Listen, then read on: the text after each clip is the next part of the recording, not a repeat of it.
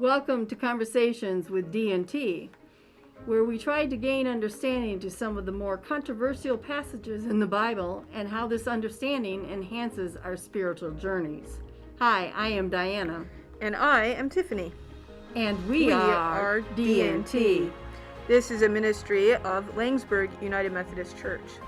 The purpose of our podcast is to help people become comfortable in asking questions about the content of the Bible, to demystify it, if you will. As we do this, we enhance our spiritual journeys. So today we're going to talk about what the Bible is, and maybe a little bit about what it isn't. That sounds great. So, what is the Bible? Let me see. I'm thinking that it is a story of a journey of a people to getting to one God. Mm-hmm. At a certain place in time. Yeah, so that's exactly what it is. It's a story of how a particular people in a particular time and place understand and relate to a one God. And I think that's kind of important. It's about getting to a one God. Yes, yeah. And we have some examples of that, don't we? We do. One that I really appreciate, I don't know if people realize this, but there are 4 stories of Jesus. 4 individual and independent stories and understandings of Jesus that were written by different people at different times to communicate different understandings of God. And go ahead. I'm sorry. Go. So, one of my favorite things at the Christmas season is to reflect on what Christmas would look like if we only had one of the Christmas narratives from the Bible. That's true, because without all of the 4 stories, we would never have the full story. We wouldn't have the full story. So if we just had one gospel, maybe we might only have the wise men. That's true. Or we wouldn't have the story of the star. Yeah. Or the angel. Or the angels, the shepherds. Yes. Like for me, Christmas is not Christmas without the story of the angels proclaiming Jesus' birth to the shepherds. It's just, the shepherds are so important to me. I don't know why. For some people, it's the wise men that's really important. But if other people, it's the angel appearing to Mary. And that doesn't happen in one of the Gospels. The angel appears to Joseph and just basically tells Joseph, man up, and you've got to do this, and Jesus is going to be your son, and you have to marry Mary, regardless of what you think, which is, I absolutely love that, but you don't get that if you only have one of the Gospels. True. And here's another example. And it's in the same book, in the same chapter, which is in Genesis. There's 2 creation stories. Yes. Yeah. And that's interesting, written by, we know now, 2 different authors. Yeah, 2 different authors. And one talks about there being one God, and one talks about there being 2 gods. Mm-hmm. Or multiple gods. Yeah. And that is an interesting pickup there, too. And that helps us understand getting to one God. Mm-hmm. And so that, too, is very unique. And I think it is important to understand that this is a story of a people, the Israelites. Mm-hmm. And this is a story of them understanding their faith journey to getting to God. Yeah.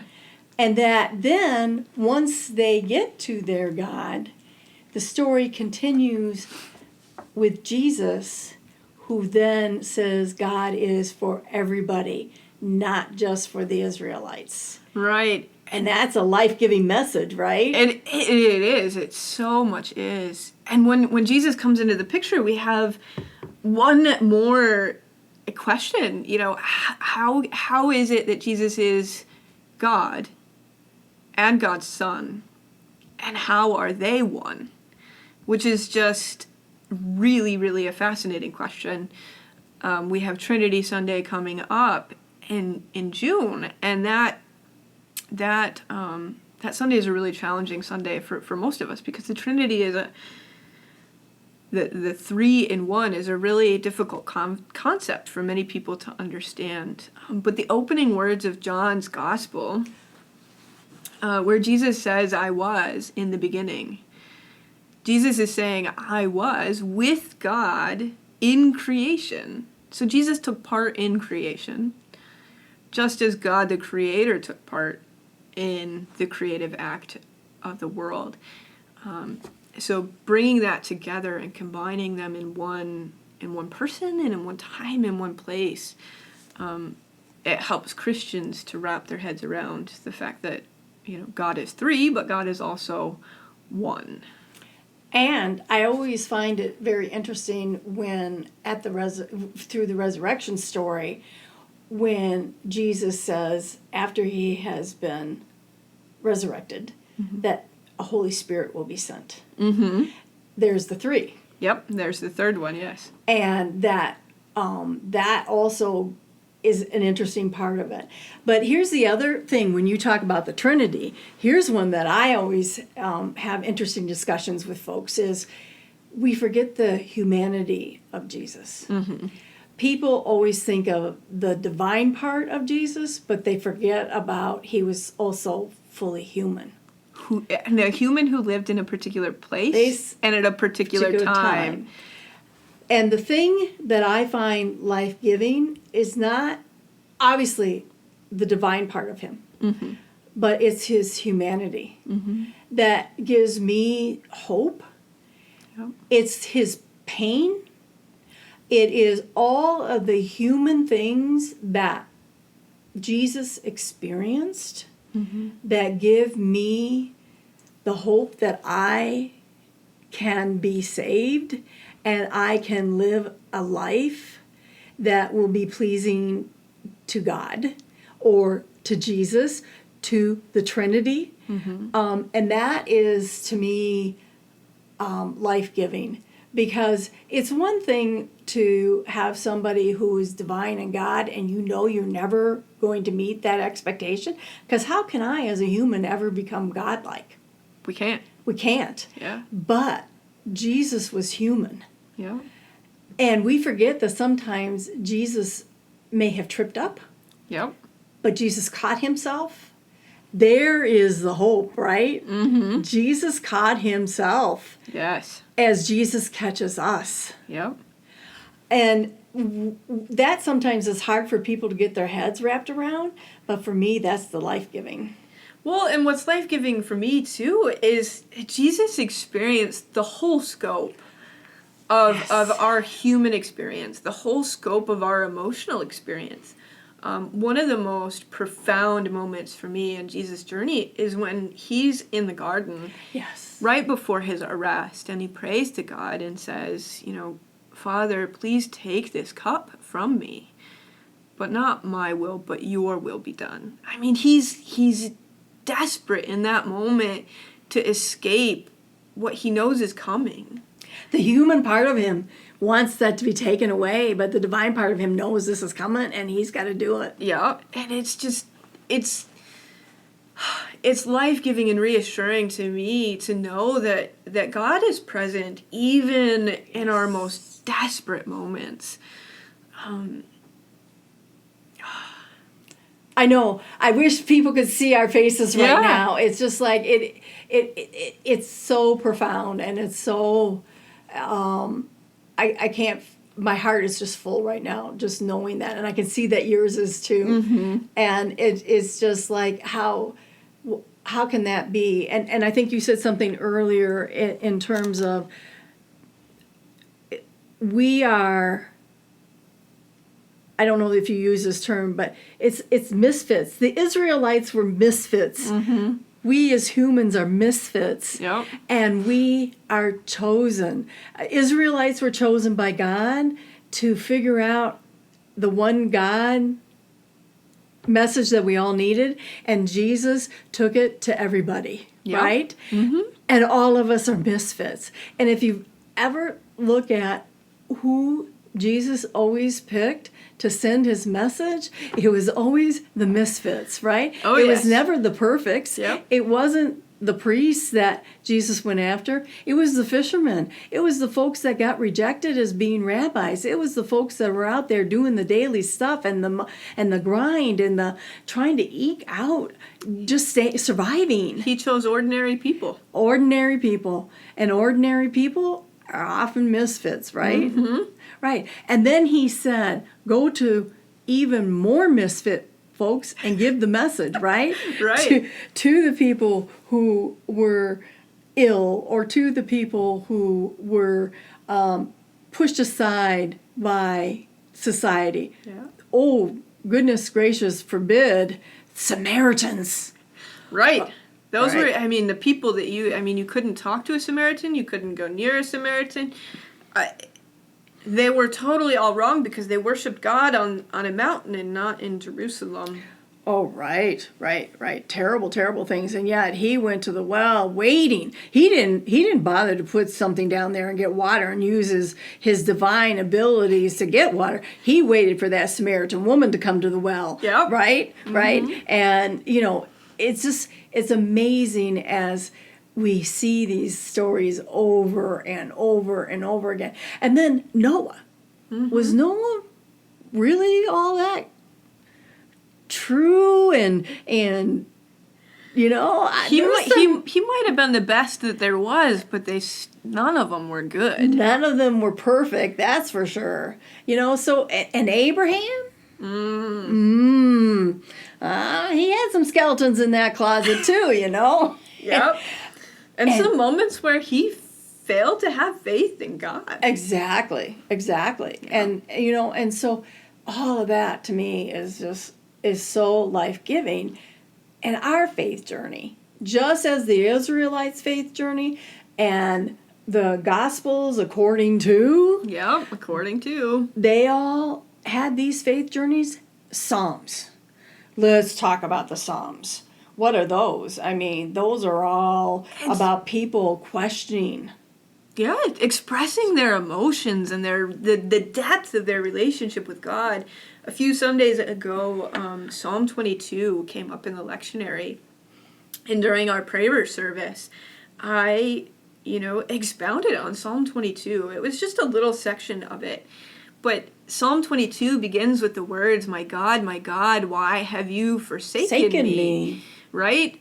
We, some of us will recall that those are the last words Jesus spoke on the cross, or among the last words Jesus was attested to have spoken on the cross. My God, why have you forsaken me? And any good Jew who would have heard Jesus speaking those words would have known that he was referring to and quoting that psalm. In that moment, he felt desperately alone and forsaken, but that psalm ends with a message of hope. Yes. Which is the way that we move through the crucifixion, to the burial and the resurrection, and to Jesus' appearances to the disciples after the resurrection. It ends with a message of hope and assurance, just like Psalm 22. And it has to be, to me, that is the beginning of defeating death. Mm-hmm. Why have you forsaken me? Gets us, he's beginning, that's the human side of him. And then that's the whole thing about the defeating of death, which is what you're talking about in terms of that whole psalm, when you read it all the way through.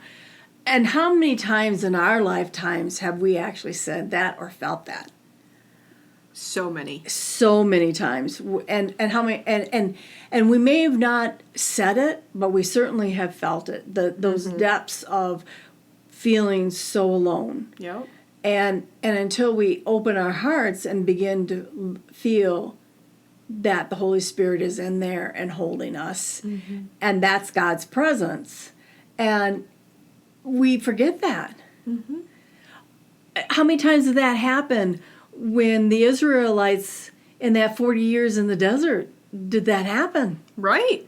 You know, we think about that story being more of them not obeying what God said. Mm-hmm. But we don't think about it as they get desperate, they get lonely, and their humanity and their free will comes through. We have to we forget that God gave us free will. Yeah, they feel desperate and alone, and when you're Yes. desperate and alone and dependent on someone or something else for survival, it's gut-wrenching. It is. And what I find absolutely beautiful and special about understanding the Bible as a story of a particular people in a particular place and time is that the Bible offers us the whole scope of human experience. Yes. And it offers and speaks to us in the whole scope of our personal human experience. And there's always a life-giving message to be found in it. A message that teaches us how we might be able to love God better, how we might be able to love ourselves better, or how we might be able to love our neighbor better.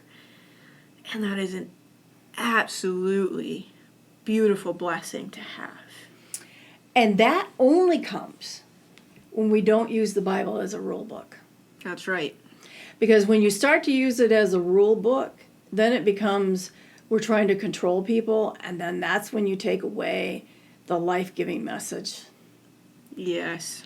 And I think that is the danger of the Bible. Mm-hmm. And not the Bible itself, but the use of the Bible. I think I need to rephrase Yes. that. That's the use of the Bible. Mm-hmm. But if you use the Bible as a guidance, as a insightful look, Mm-hmm. and you recognize that it is what we are saying as a place and time of a people, Mm-hmm. and then you apply what they were learning in that time frame. It's the lessons that are being Right. learned. It is not the rules that they came up with or the Well, and we also have to take into account their experiences, what they're Right. experiencing during these times.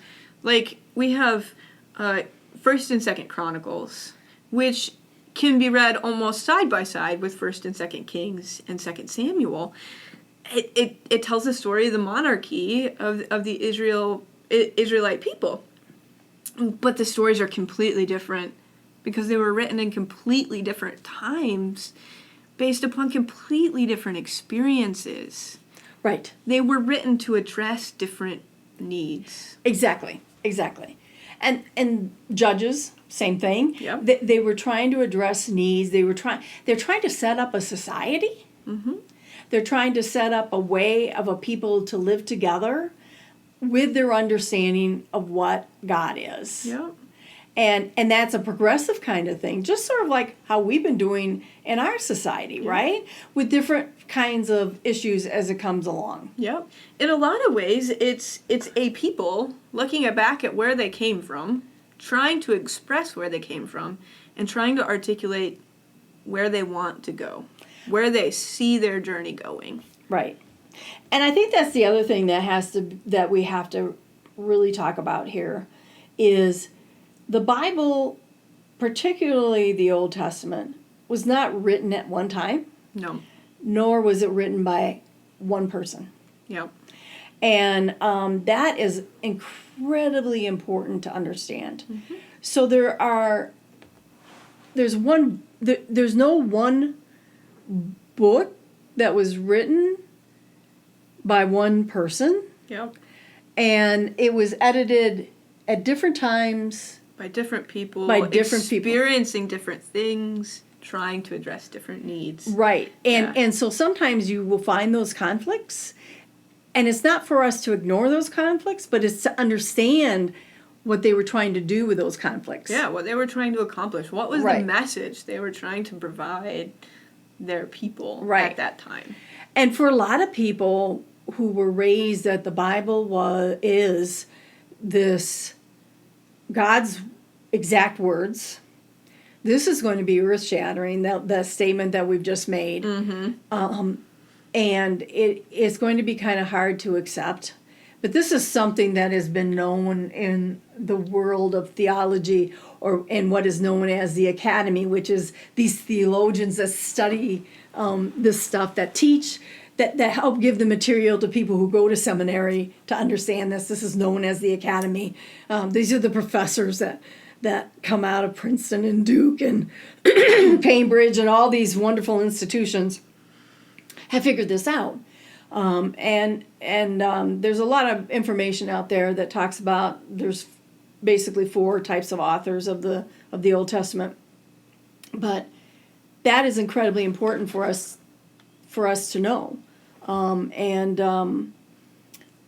That adds to the beauty of it, because it's beginning to tell us. Right. It sheds light on exactly what the message is. Exactly. It brings the message to life in all kinds of new ways. Right. And then if you take that message and those rewrites and you put it against what was going on in society at the time, which we have ways of knowing, and we have ways of knowing what were legends or stories that were happening at the time, and you make comparisons, you can see where some of this is bubbling up from. Doesn't make it any less the story, right? Any less of where God is trying to take us. Right. What it does is gives us more depth of understanding of how the people were doing their faith journey.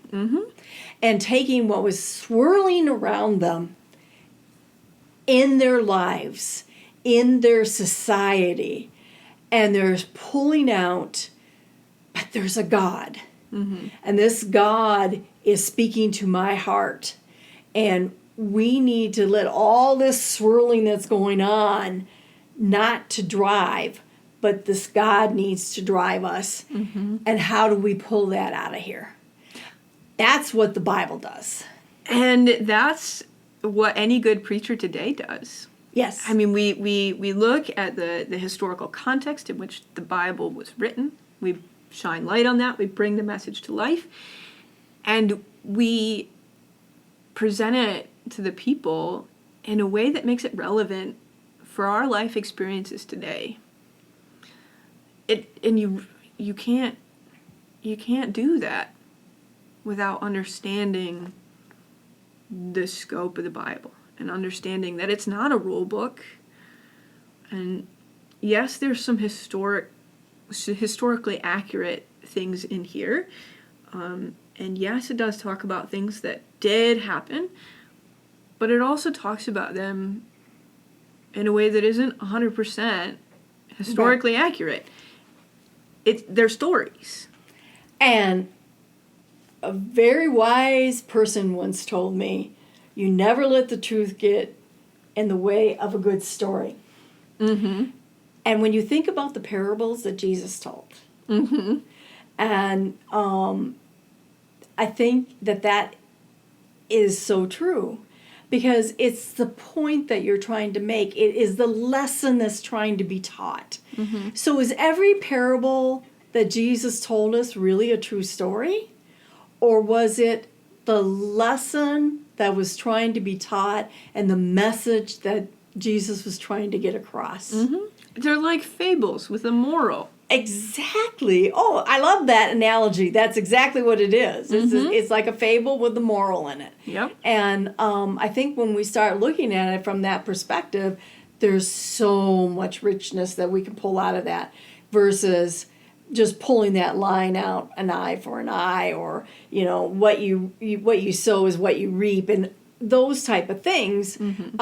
Yeah, there's a little bit of truth in that, but it's not as it stands. It's the moral that matters. It's the point that Jesus was trying to get across. Right. And in several of the Gospels, on occasion, Jesus will turn around and explain the moral of the parable to his disciples. And that gives us the lens then to analyze the rest of his parables in a similar way. Yeah. To say that, these aren't literal, they're literary. They're devices that Jesus used to communicate a point. Right. And I think that's the beauty of it. And I think that unfortunately mankind has at one point decided that the Bible was a way to make rules and a way to try to control folks. And there's some terms that some people use for that.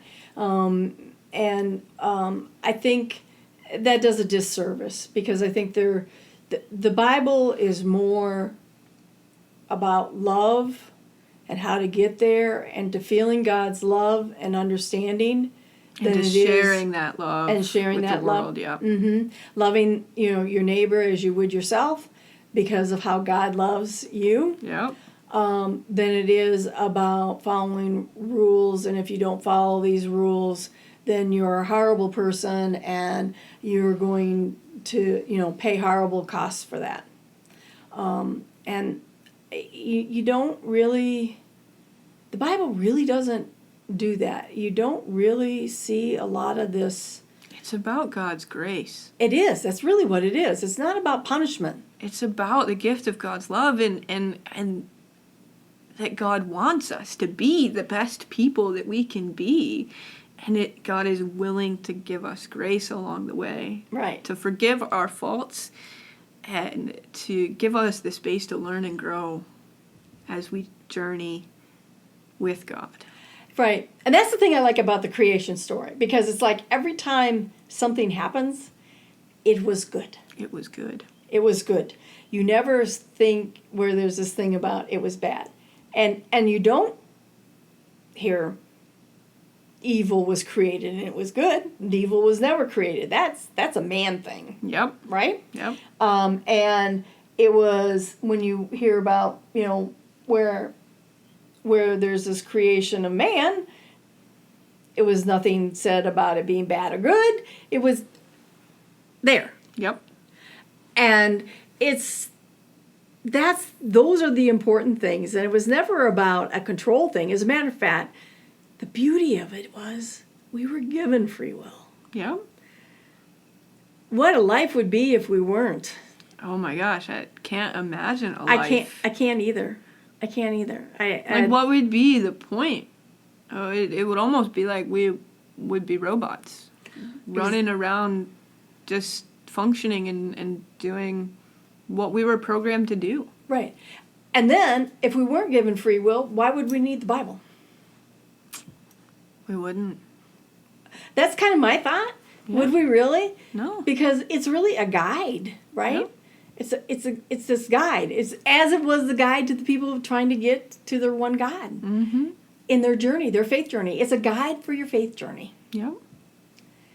And that, to me, is the beauty of the Bible. Yep. Yes. And as we keep moving through these podcasts, we'll spend some more time talking about, how the Bible can guide us on those journeys, on our journeys. Yes. Yeah. So today, again, this is probably a good place for us to stop. Mm-hmm. I think it was a great conversation. Thank you. I enjoyed it. And we all hope that you have a good week, and God bless. And if you have any topics of discussion that you would like us to cover, any burning ideas or concepts you would like us to cover, please send us a message and we'll do our best to cover those topics. Thank you. Have a good day.